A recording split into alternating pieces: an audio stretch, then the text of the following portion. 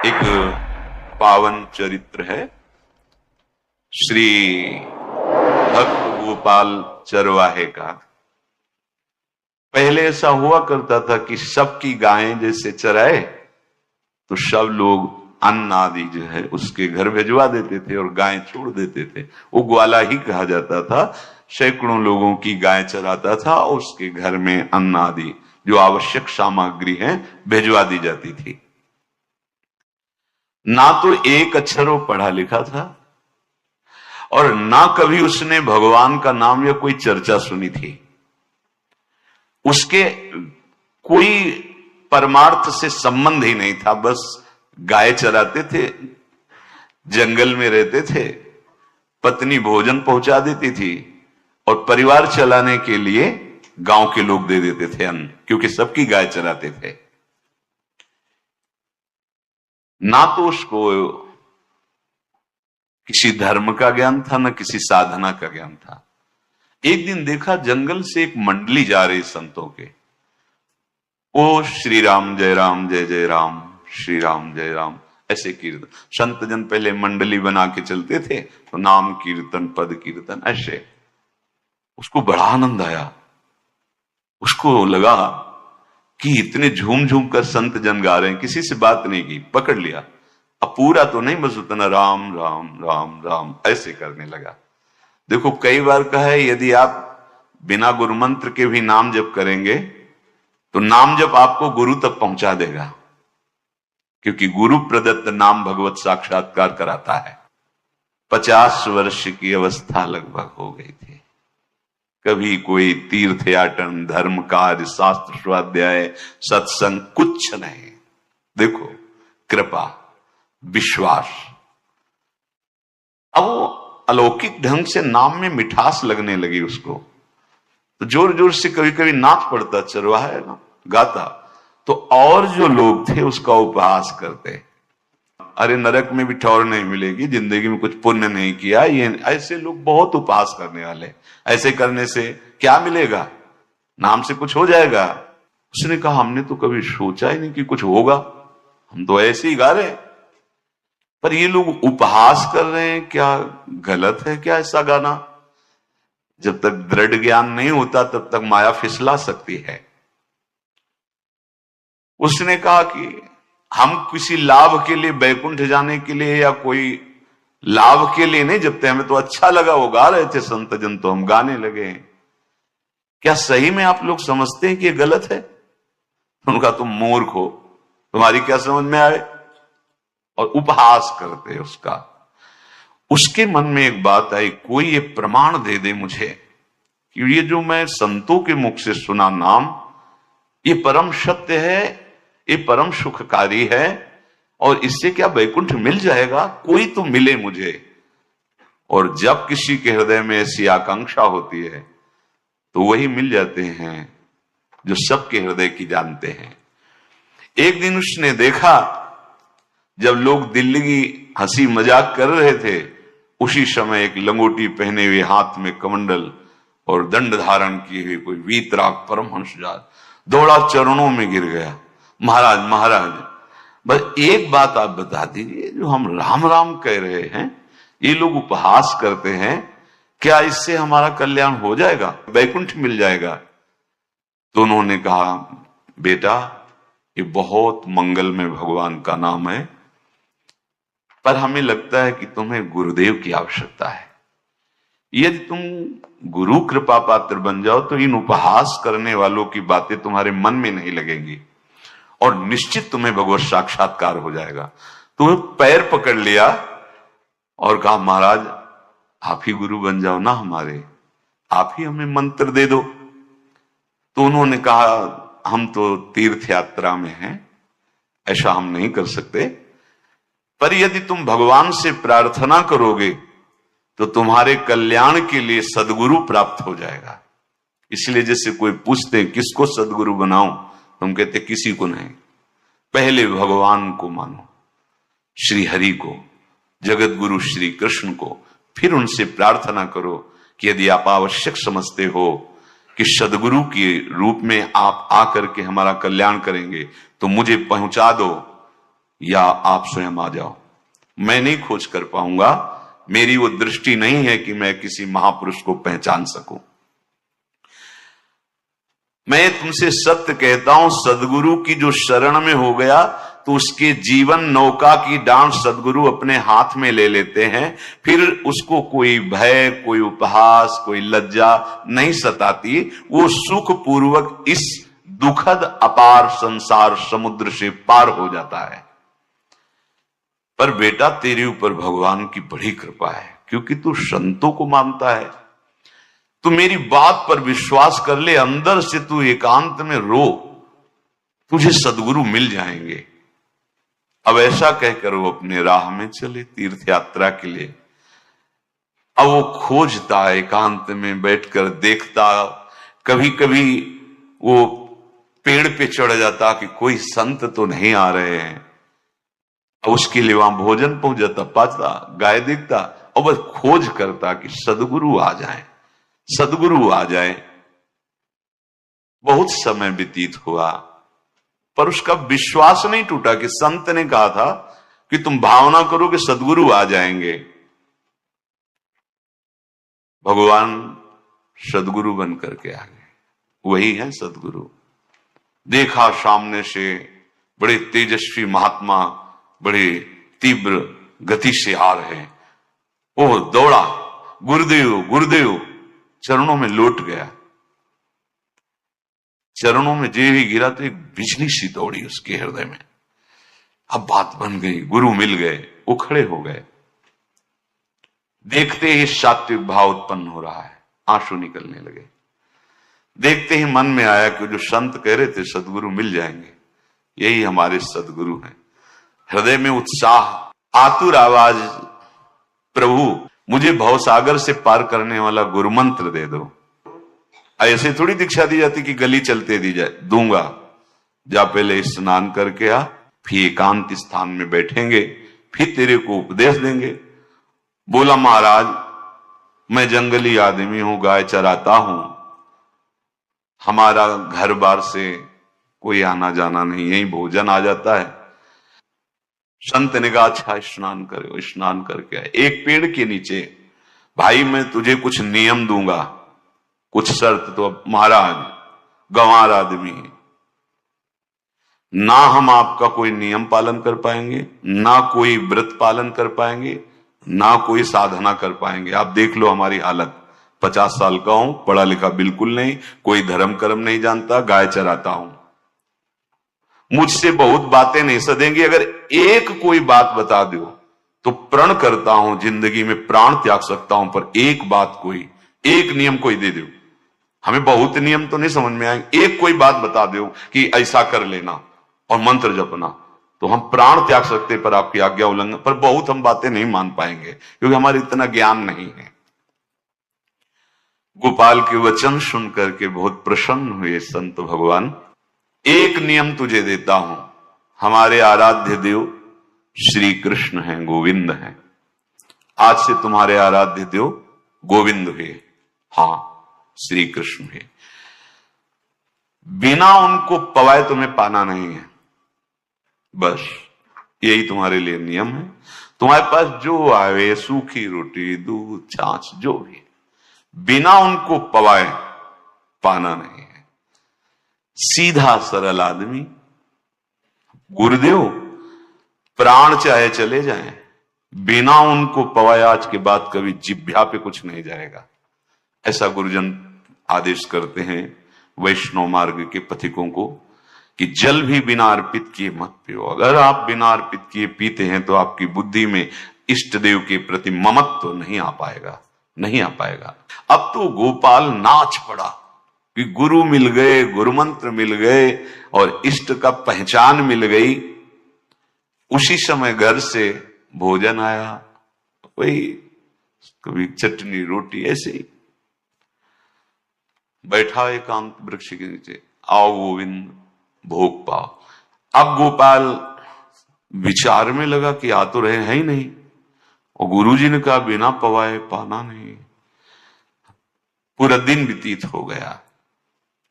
गुरुजी कह रहे थे घट घट में विराजमान भगवान है तो कहीं से भी प्रकट हो सकते हैं, तो अंदर मंत्र जपता हो, कहता आओ भगवान पाओ आके, नहीं आए। महाराज हमारे गुरुदेव ने आपका ध्यान जो बताया था वैसे ही आओ, आप पाओ आकर के। रात्रि हो गई, देखा पर वो नहीं आए तो भोजन उठाया, गाय को पवा दिया। तो बहुत सी गायें थी, भूखा रह गया। दूसरे दिन फिर भोजन आया, एक पत्ता टोरा, जल से छिड़का पत्ते में और भोजन रखा। भगवान को फिर पुकारा, आओ प्रभु। गुरुदेव ने आज्ञा की, बिना आपको पवाए हम अपनी जबान में नहीं रख सकते। शाम हो गई, रात्रि हो गई, फिर गौ को दे दिया, नहीं पाया। अब एक तो 50 वर्ष की अवस्था और गौओं के पीछे दौड़ना और भोजन पाना नहीं, शरीर में सामर्थ्य धीरे धीरे कम होने लगी। तीसरा दिन, चौथा दिन, पांचवा दिन, छठा दिन, सातवां दिन, दीनानाथ प्राण चाहे निकल जाए, हम गुरु की आज्ञा नहीं तोड़ सकते। अगर आप नहीं आएंगे तो भूखों मर जाऊंगा। पर हम ये बात देखो, ये बात चरवाहा है, कोई साधना पूर्व की नहीं। गौ सेवा के प्रताप से उससे संतों में प्रीति हो गई, नाम की कृपा से, गुरु की कृपा से नामी की प्राप्ति की चाह। ऐसे कई दिन व्यतीत होते गए, अस्थि मात्र होए रहे शरीरा। पूछते कि क्या बात है, भोजन तो हम रोज लाते हैं, आप रोज लेते हैं, क्या पाते नहीं? आपका विषय नहीं। शिक्षा मिलती है, अपने गुरु उपदिष्ट साधन को किसी से बताना नहीं चाहिए। गुरु उपदिष्ट साधन जब तक सिद्धावस्था ना पहुंच जाए तब तक गुप्त रखा जाता है। जो जैसे आप सत्संग सुन रहे हो, इसमें कोई वचन आपको लगा, पकड़ लिया, अब वो जीवन में तभी बोलना जब उसका प्रभाव हमारे जीवन में आ जाए। नहीं ऐसे नहीं बोलना, नहीं तो निकल जाएगा। और अगर रोक लिया तो मंथन करेगा अंदर और आपको उसमें स्थित कर देगा। एक भी शब्द नहीं बताया कि हमारी गुरु दीक्षा हो गई, गुरु जी ने कहा था पवा के पाना, और इतने दिन हो गए भगवान तो आ नहीं रहे, इसीलिए हम पा नहीं रहे, तो हमारी ये दशा है। देखो आज का समय ऐसा है कि प्रगट में सब इंद्रियों के पोषण की व्यवस्थाएं भगवान दी, चाहे गृहस्थ हो चाहे विरक्त हो, लेकिन क्या हमारे अंदर निष्ठा है ऐसी? सबरी जी जब उनके गुरुदेव पधारने लगे तो चरणों में रो के गिरे कि प्रभु इस पूरे विश्व में मुझ अधम को सिर्फ आप ही प्यार करने वाले, आप ही ने दुलार करके मुझे रखा, नहीं सब जगह ठोकर मिलती, कोई भी संत महात्मा हमारी तरफ देखना नहीं चाहते, और प्रभु आप जा रहे हो, आप कैसे जीवन? जानते हो क्या कहा? हम तो भजन के प्रभाव से भगवान के धाम जा रहे हैं बेटा, भगवान स्वयं चलकर तुम्हारे पास आएंगे।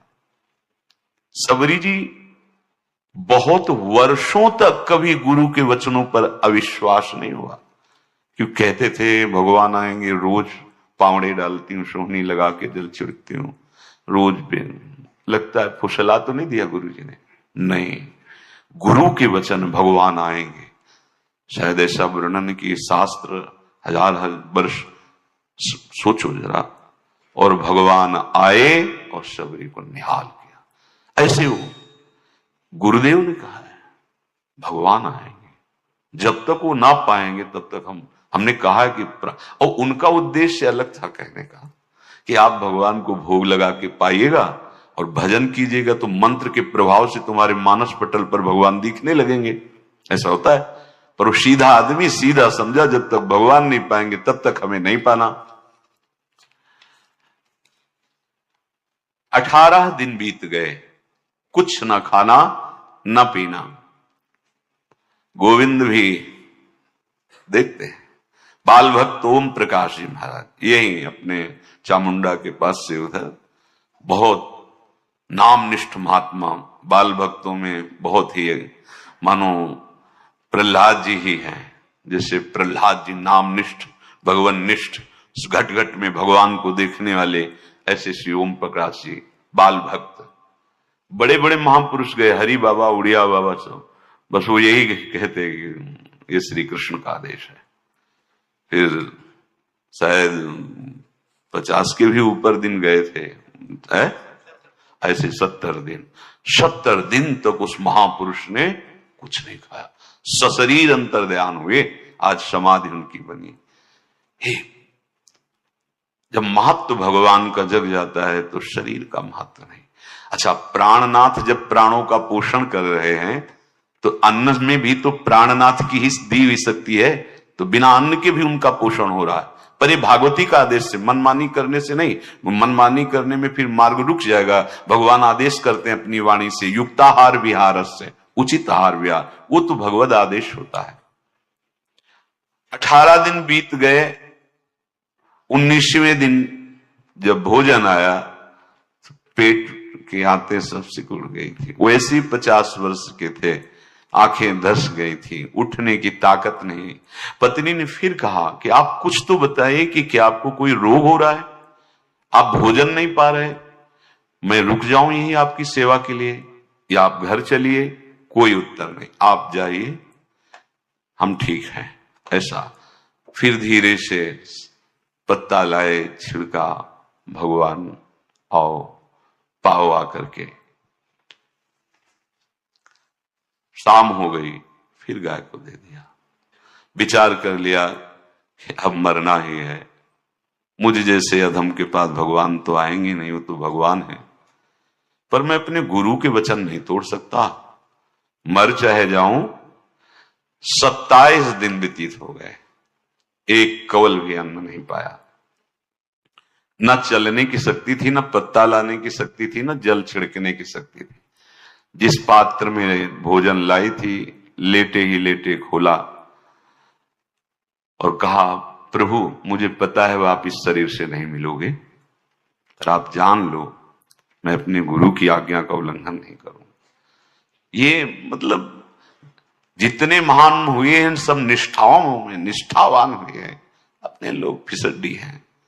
जरा सा कोई दुख, जरा सा कोई सुख, फिसल जाते हैं। प्राण अनंत जन्मों की बिगड़ी 27 दिन क्या होते हैं, क्या होते हैं 27 दिन? अनंत जन्मों का जमा कूड़ा करकट भगवान साफ कर रहे हैं। ये जो तन्मयता, गुरु निष्ठा, जो प्राण भूख से व्याकुल, सब भस्म हो रहे हैं पाप अनंत जन्मों के। अनंत जन्मों, जैसे हम सोचे कि भगवान इतने निर्दयी कैसे हैं? नहीं निर्दयी, आत्मा को कुछ फर्क नहीं पड़ता। और शरीर ने जो किए हैं जन्म जन्मांतरों के, वो निष्ठा के कारण दुख नहीं पहुंचेगा। निष्ठावान को दुख नहीं पहुंचता, वो आपको दिखाई देगा दूर से, उसको दुख नहीं पहुंचता, क्योंकि निष्ठा का कवच है, वो कभी कोई भेद नहीं सकता। किसी भी माया के यंत्र में ताकत नहीं कि निष्ठा को भेद सके, उसी को निष्ठा कहते हैं, नहीं भेद पाई। 27वां दिन है, पति की दशा देख करके कहा, स्वामी अब तो आप कहोगे भी तो मैं नहीं जाऊंगी, हम आपकी दशा, इशारे से कहा आज भर चली जा, क्योंकि उसको लग रहा था आज प्राण निकल जाएंगे, आज भर चली जा, फिर कल से जैसी तेरी आज चली जा। इशारे से, बोलने की भी सामर्थ्य नहीं थी। गोपाल के आंसुओं की धारा चल रही, पड़े पड़े धीरे से खोला जो भोग है, और अंतस्थल, आज बोल भी नहीं पा रहे, अंतस्थल से कह रहे, प्रभु अब चाहे आके पालो या लिवा जाके पवा देना, देख लो आप, आखिरी है, आके पालो या लिवा जाना, अपने यहां पवाना, क्योंकि हमारे यहां तो पाए नहीं आप। बड़े प्रेम से अंदर से आवाज आई, गोपाल। आंख खुली, क्योंकि बोलने की हिम्मत ने, ये अंदर से प्रार्थना की थी, गोपाल वो अमृतमय। गुरुदेव ने कहा था कि उनकी वाणी से अमृत बरसता है। एकदम आंख खुला, देखा वही पीतांबर, वैसे ही मोर मुकुट, वही मुरली, वही करधनी, वैसे नूपुर, वैसे ललित त्रिभंगी। गुरुदेव ने जैसा वर्णन किया था वैसा ही सुंदर रूप गोपाल के सामने।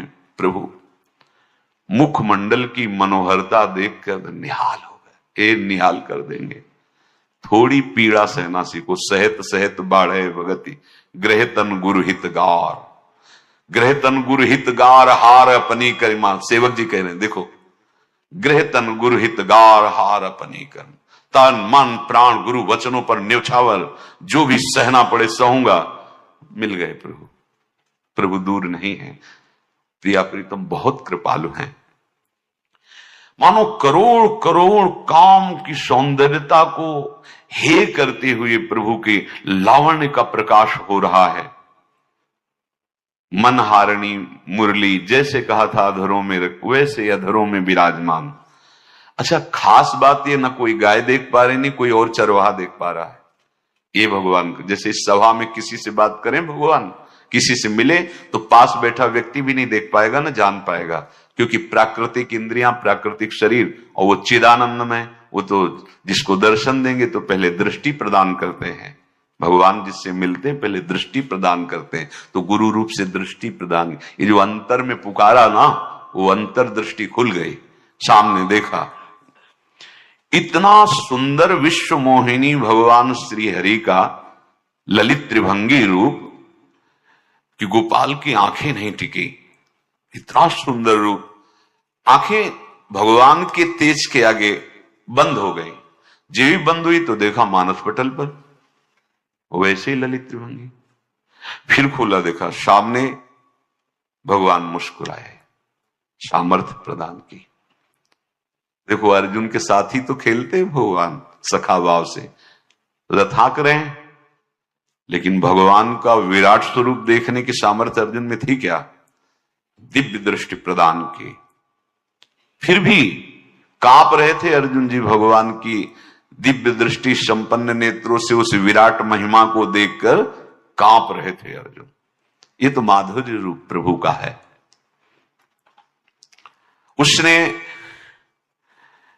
मानो इशारा किया प्रभु को कि हमारी सामर्थ्य में मैं सकिल कर आ जाऊं, नजदीक आप आ जाओ। आ गए, अपना माथा प्रभु के चरणों में रखा, आंसुओं से भगवान के चरणों का प्रक्षालन कर रहा है।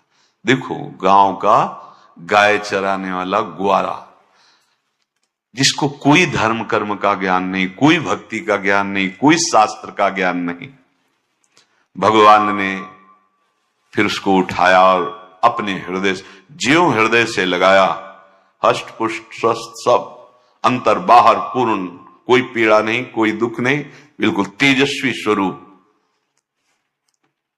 भगवान की स्पर्श की महान सामर्थ्य है। बाली ने बहुत मारा ना सुग्रीव को, तो कर पर शाह सुग्रीव शरीरा, जे इस पर सारी पीड़ा गई। भगवान अमृत सावी है, भगवान दिव्य चिदानंद भाव देने वाले हैं। अब तो सुरमुनि वांछित प्रभु की छाती से लपटा हुआ है। ये ऐसा ना सोचो कि कहानियां हैं, ऐसा नहीं। ये सत्य विषय आप भी प्राप्त कर सकते हैं, इसी के लिए रोज सत्संग होता है। जो भगवान से लिपट कर छाती में अश्रु की बूंदे, तो भगवान ये था माम प्रपद्यन्ते, भगवान की अश्रु बूंदों से गोपाल का अभिषेक हो रहा है। मानो सुदामा मिलन हो रहा है जैसे। भगवान को दैन्य बहुत प्रिय है। तभी भाई जी महाराज कहते हैं पद में कि बुद्धिहीन बना दो हे भगवान, हमें बुद्धिहीन बना दो। ये जो बहुत बुद्धि चलती है ना, इसके लिए दौड़ भाग है। नहीं, सीधे प्रभु हमारे हैं, हम प्रभु के हैं। नाम जप आश्रय भगवत प्राप्ति निश्चित। भगवान बोले, प्यारे गोपाल अब तू रो मत, देख मैं तेरे प्रेम में पगी हुई है जो सूखी रोटियां हैं अभी पाता हूं। और भगवान बैठ गए और उसके घर की जो रोटी थी उसे, देखो मुझे त्रिभुवन का कोई भी भोग प्रसन्न नहीं कर सकता गोपाल, मुझे त्रिभुवन का कोई भोग प्रसन्न नहीं कर सकता। इस बात को समझो। जिनको ये भ्रम हो कि हम अधर्म से कमा के 56 भोग लगा के प्रभु को प्रसन्न कर लेंगे, तो ये बात सुनो। कह रहे मुझे त्रिभुवन का कोई भोग प्रसन्न नहीं कर सकता, मैं ऐसे ही अन्न की चाह रखता हूं।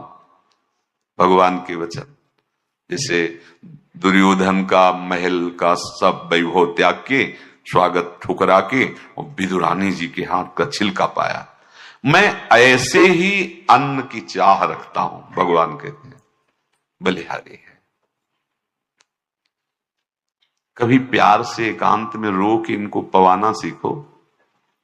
भले आप इतनी कटोरी में सब्जी, 2 रोटी, और अगर दैन्य भाव से कि नाथ कहां आप और कहां, कैसे आपको पवाएगा। जो छवि है ना, ऐसे पंखा करते जाओ, ऐसे बीच बीच में जल पिला, देखो ना, ये था माम प्रपद्यन्ते तास तथैव भजम। आप जैसा मानोगे वैसा ही वो व्यवहार करेंगे, पक्का समझ लो। गोपाल जो सच्चे हृदय से मुझे पुकारता है, मैं अवश्य उसको मिलता हूं। जो प्रेम पूर्वक मुझे पवाता है, मैं अवश्य उसका पाता हूं। पत्रम पुष्पम फलम तोयम ये में भक्त्या, भक्ति पूर्वक जो पवाया। भक्ति पूर्वक का मतलब दैन्य। अभक्त में अहंकार होता है, देखो ये किया मैंने, वो भगवान स्वीकार नहीं करते। वो आपका शुभ कर्म बन सकता है, अब वो भी धर्म से कमाई की है तो, पर भगवान की प्रसन्नता का हेतु होगा दैन्य। जहां भी देखो, हमारे स्वामी को जहां भी देखो दैन्य में बिके हुए पाए गए, दैन्य में। और ये दैन्य किसी बाजार में नहीं मिलती, ये दैन्यता बनावटी नहीं होती, ये वस्तुता हृदय की होती, भगवत प्रदत्त ही होती है। पर जो संत सदगुरुदेव की आज्ञा का अक्षरशः पालन करे तो इस दैन्य का निश्चित प्रादुर्भाव हो जाएगा, अहंकार गलित हो जाएगा। वत्स, मैं किसी भी वस्तु का कभी भूखा नहीं हूं। मानो गोपाल के बहाने से हमको समझा रहे हैं, क्या चाहिए भगवान को, क्या चाहिए? कुछ भी कर लो, माना कि तुम तात्कालिक वर्तमान दुख को मिटा सकते हो, तात्कालिक, लेकिन संपूर्ण दुखों को मिटाने के लिए हरिनाम गरज रहा है, राधा नाम गरज रहा है। आपसे प्रार्थना है, समझो इस बात को। कलयुग केवल नाम आधारा। देखो, सुन के राम राम शुरू किया, मिल गए सिद्ध सदगुरुदेव, दे दिया मंत्र, बता दी निष्ठा, और मिल गए भगवान। और भगवान कह रहे हैं, अब तेरे जीवन में कभी दुख का लेस नहीं रहेगा, तू अब घर जा, अब किसी की गाय चराने की जरूरत नहीं है, कुल परंपरागत तेरे लक्ष्मी बढ़ती रहेगी, तुझे कुछ करने की जरूरत नहीं। देखो, बड़े बड़े सोने के पहाड़ किसी सुनार ने बनाए क्या? प्रभु ने तो बनाया। भगवान हंसते हंसते समझ ही नहीं पाए और अंतर्धान हो गए। अभी गोपाल कुछ अपने मन भर के देख नहीं पाया था, कह नहीं पाया था, भगवान अंतर्धान हो गए। अब तो चिल्ला चिल्ला के रोने लगा और विवश होके आंख मूंदी तो देखा उसके मानस पटल पर छाए। अब तो राजी हो गया कि ये मेरे प्रभु ऐसी जगह विराजमान हो गए, कोई देख नहीं पाएगा, हम रोज बात करेंगे, रोज दर्शन करेंगे। नारायण या गौर श्याम को हृदय निकुंज बसइए। तो इसलिए धैर्य धारण करके, कितना भी कष्ट हो, अब पीछे मत हटो, फिसलो मत। माया अपने पार्षदों को भेजेगी। प्रभु का चिंतन छूटे वो कुछ भी स्वीकार नहीं। प्रभु का चिंतन होते हुए जो हो रहा है उनका सृष्टि का कार्य है, जो जो जिसको सेवा दी हो रहा है। हमारा प्रभु का आश्रय अगर बदला किसी व्यक्ति का आश्रय या किसी अन्य का आश्रय, बहुत घाटा हो जाएगा। अपने इस मन को देखते रहिए कि प्रभु को प्रथम नंबर में रखता है या द्वितीय नंबर में। हमें तो लगता है हो सकता है चौथे पांचवें नंबर पे रखता हो। नाम में तारण शक्ति विराजमान है। अश्रद्धा से बोलोगे राधा राधा तो भी तार देगा नाम। ये सामर्थ्य नाम में विराजमान है कि उस आए हुए प्रारब्ध को भी नष्ट कर देता है। हीरे की वक़्त जौहरी जानता है, ऐसे ही भगवत प्रेमी महात्मा जानते हैं कि नाम का प्रभाव क्या है। नहीं तो इतनी सामर्थ्य है नाम में कि वो सब रोगों को नष्ट कर सकता है। अपने को सब शास्त्रों का स्वाध्याय करके, सब संतों का समागम करके, सब महामहिम परमार्थ के साधनों का अवगाहन करके फिर निश्चय करने का समय नहीं है। बहुत अल्प आयु है, मंद बुद्धि है, विषयों का आकर्षण है, समय ज्यादा है नहीं। तो इनका सबका अवगाहन किए हुए जो महापुरुष हैं, जिन्होंने समस्त शास्त्र के सिद्धांतों का अवगाहन किया है, समस्त संत महात्माओं के हृदय की बात को समझा है, समस्त साधनों का सार ग्रहण किया है, वो महापुरुष जन कहते हैं सबका सार एकमात्र प्रभु का नाम है। आप विश्वास करके यदि प्रभु के नाम का निरंतर रटन शुरू कर दे तो हर स्थितियां आपके हृदय में आ जाएंगी। कह रहे यदि आप कहें कि बहुत पापों का भार मैं एकत्रित कर चुका हूं, क्या प्रभु मेरे जैसे पापी का भी उद्धार कर देंगे? मैंने हिंसा की, चोरी की, पापाचरण किया, कभी बड़े बुजुर्गों की सेवा नहीं की, कभी गुरुजनों की आज्ञा में नहीं रहा, मनमानी आचरण करके अपने को नष्ट कर लिया, क्या अब भी उपाय है मेरे कल्याण के लिए? तो कह रहे हैं कि तू चाहे जितना बड़ा पाप करने वाला हो, तू चिंता मत कर, क्योंकि मुनि गणों के द्वारा जपे जाने पर प्रभु को भी अधीन करने वाले नाम की जय हो। हमें चिंता नहीं करनी कि भगवान हमें स्वीकार करेंगे कि नहीं, उनकी तरफ से स्वीकृति की बात अब हमें नहीं देखनी, हमें अपनी तरफ स्वीकृति की देखनी है। क्या आपने नाम को स्वीकार किया कि नहीं? ये वो नाम है जिसकी जय मुनिगण कर रहे हैं कि घोर पाप प्रवृत्तियों से निकाल करके महात्मा बना दिया। उल्टा नाम जपत जग जाना, वाल्मीकि भय ब्रह्म समाना। कोई और दूसरा साधन नहीं, नाम निरंतर रटने का प्रभाव हुआ कि पाप सब नष्ट हो गए। खास बात नहीं, पाप की प्रवृत्ति का नाश करके भगवत प्रेम प्रकाशित कर दिया। ये भक्तों को प्रतिक्षण सुरक्षित रखता है। अनुरंजनों, भक्तों के हृदय को आनंद प्रदान करता है ये भगवान नाम, ये और कोई नहीं है। अक्षरों की आकृति धारण किए हुए स्वयं भगवान की सामर्थ्य विराजमान है। ध्यान दीजिए, राधा, कृष्ण, हरि, ये और शब्द नहीं है, ये साक्षात प्रभु की अपार सामर्थ्य अक्षर की आकृति धारण करके आपकी जिह्वा पर आ गई है। इसमें यदि आपकी श्रद्धा हो गई तो आप सारी की सारी सामर्थ्य आपके हृदय में ये नाम जागृत कर देगा। उत्कर्ष प्रदान करने के लिए सदैव गरज रहा है भगवान नाम। आपको महामहिम पद में पहुंचाने के लिए समर्थ है नाम।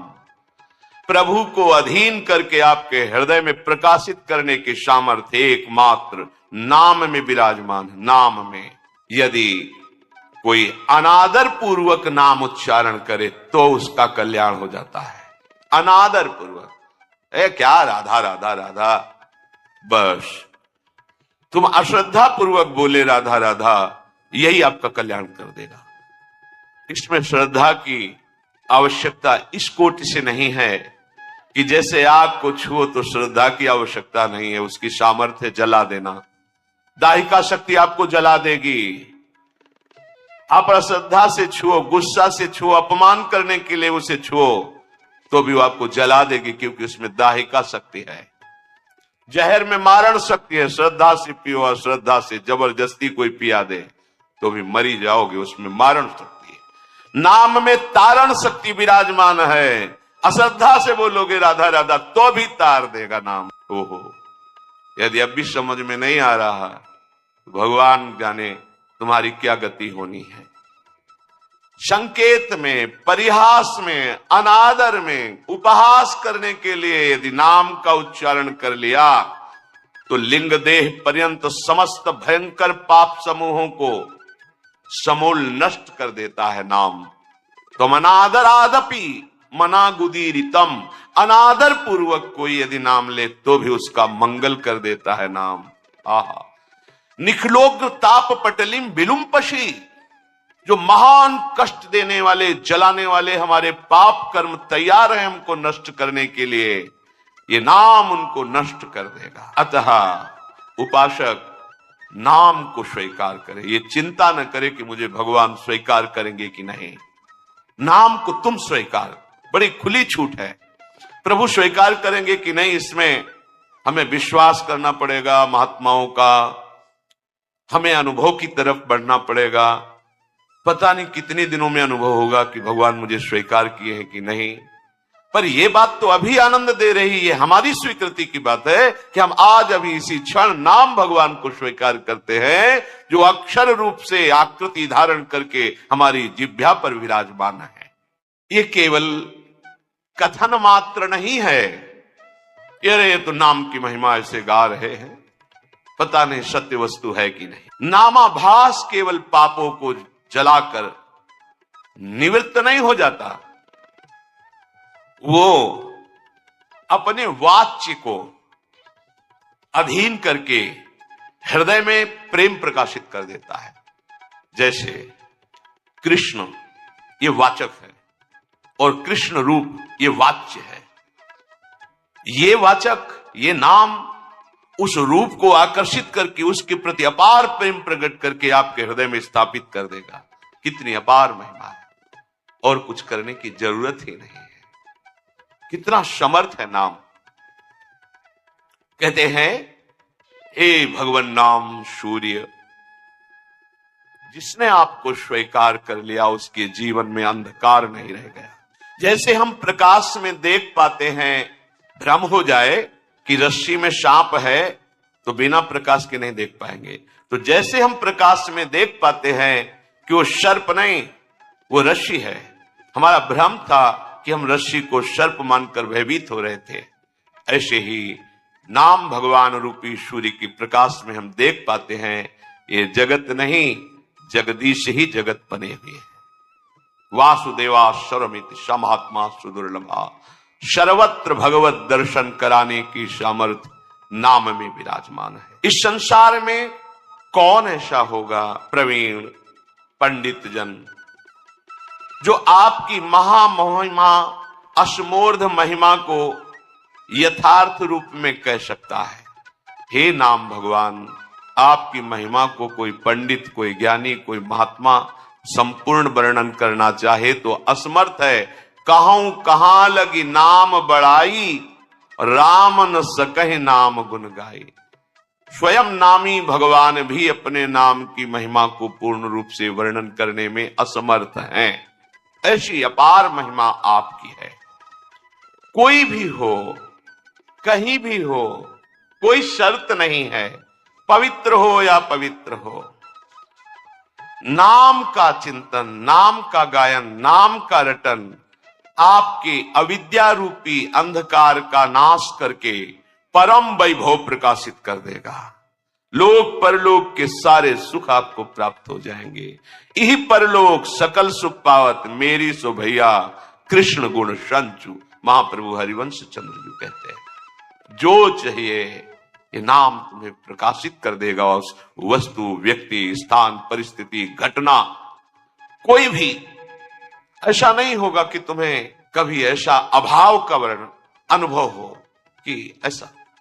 जिस समय नाम का एक छत्र राज्य हो जाता है तो और कोई भाव ही नहीं रह जाता, क्योंकि पता चल जाता है इस माया के नाटक में फंसने से जो हमें दुख मिला, अशांति मिली, क्लेश मिली, वो हमें गलती समझ में आ जाती है। इसलिए वस्तु, व्यक्ति, स्थान, घटना, परिस्थिति की मांग ही खत्म हो जाती है। ऐसा लाभ प्राप्त होता है जिस लाभ प्राप्त होने के बाद और कुछ प्राप्त करना बाकी ही नहीं रहता। जो तत्व दृष्टि से विहीन हैं, जिनको ज्ञान नहीं है, उनको भी वही गति प्रदान करने में समर्थ है नाम। आहा, ये बड़ी बात है। तत्व ज्ञान प्राप्त होना ये बहुत कठिन बात है, लेकिन तत्व ज्ञानियों की जो गति है वही एक नाम जापक को भी प्राप्त हो जाती है। नाम तत्व बोध करा देगा, नाम परम पद में स्थापित कर देगा। अथैकांतिक भावे नोपाशितम नाम भोगैक विनाश्यमपि प्रारब्धम विनैव भोगाद्विनाशयतीत्याहा। ओहो, बड़े आश्चर्यमयी बात। शास्त्रों में जहां हम महिमा देखते हैं साधनों की, सिद्धांतों की, वहां यह पाया जाता है कि जो आपसे अब कर्म बन रहे हैं, भगवत शरणागत हो, उनको मानो भुने हुए चने में जैसे अंकुरण नहीं होता, ऐसे आपके नवीन कर्म आपको बांध नहीं पाएंगे, उनको निष्प्रभावित कर दिया जाता है भगवत शरणागति के प्रभाव से। पर जो शरीर की रचना हुई है कर्म भोग के लिए, यह सामर्थ्य नाम में विराजमान है कि उस आए हुए प्रारब्ध को भी नष्ट कर देता है। पर जो भगवत प्रेम मार्ग का उपासक होता है वो ऐसा नहीं चाहता, इसलिए उस शरीर के आए हुए प्रारब्धों को बहुत कम मात्रा में उनको भोग लेता है और भगवत कृपा से दिव्य देह प्राप्त करके भगवत सेवा में उपस्थित होता है। वो अपने भजन को इस नाशवान शरीर के सुरक्षित रखने के लिए खर्च नहीं करता, वो चतुर उपासक होता है। पर यदि चाहे तो कह रहे अथैकांतिक भावे नोपासितम नाम भोगैक विनाश्यमपि प्रारब्धम विनय भोगाद विनाश्यति त्याहा। जहां ये वेद प्रमाण है कि बिना भोगे प्रारब्ध नष्ट नहीं होता, वहां ये कह रहे हैं, उदाहरण भी देखिए, विनय भोगाद विनाश्यति त्याहा। यद्यपि शास्त्र का सिद्धांत है प्रारब्ध भोग के ही आपको शरीर के जो पूर्व कर्मों से रचित कर्म है उनको नष्ट करना होगा। यदि निष्ठा पूर्वक नाम जप किया जाए, निष्ठा अन्य कोई साधन नहीं, आप अपना क्या दूसरों के भी प्रारब्ध को नष्ट कर सकते हैं, इतनी सामर्थ्य है। एक बार कबीरदास जी के शरणागत हुए दिग्विजयी पंडित गंगा स्नान करने जा रहे थे। उन्होंने देखा बड़ी भीड़ लगी हुई है और शोरगुल हो रहा है, तो उस भीड़ में कौतूहल वश गए, क्या है, क्या हुआ? तो उनका कि आदमी आत्महत्या करने जा रहा था गंगा जी में, हम लोगों ने जबरदस्ती से रोक रखा है। वो कमर में पत्थर बांधे हुए बिल्कुल कगार पे खड़ा हुआ था, लोगों ने पकड़ रखा था। हुआ, भाई आप ऐसा क्यों कर रहे हैं?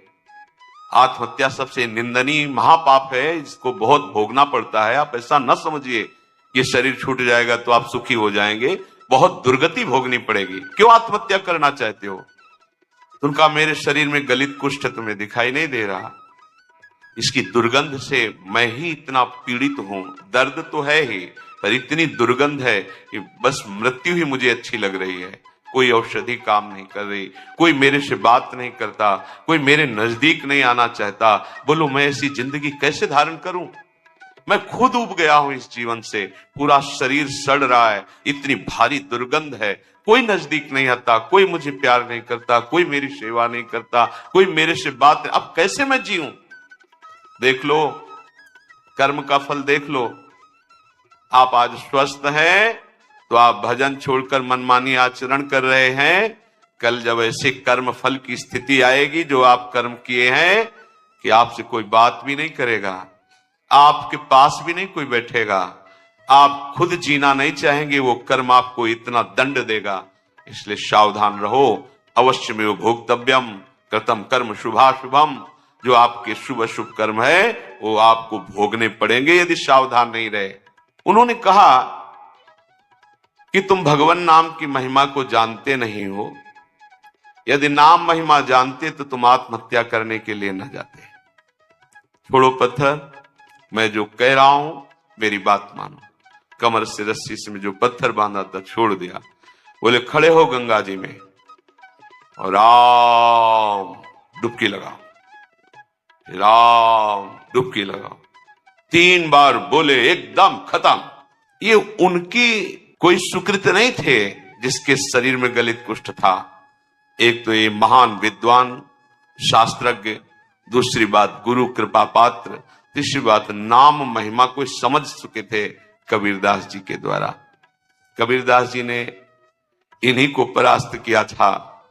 ये दिग्विजयी पंडित थे, कोई इनके सामने टिकता नहीं था, सब शास्त्र इनकी जिह्वा पे विराजमान थे।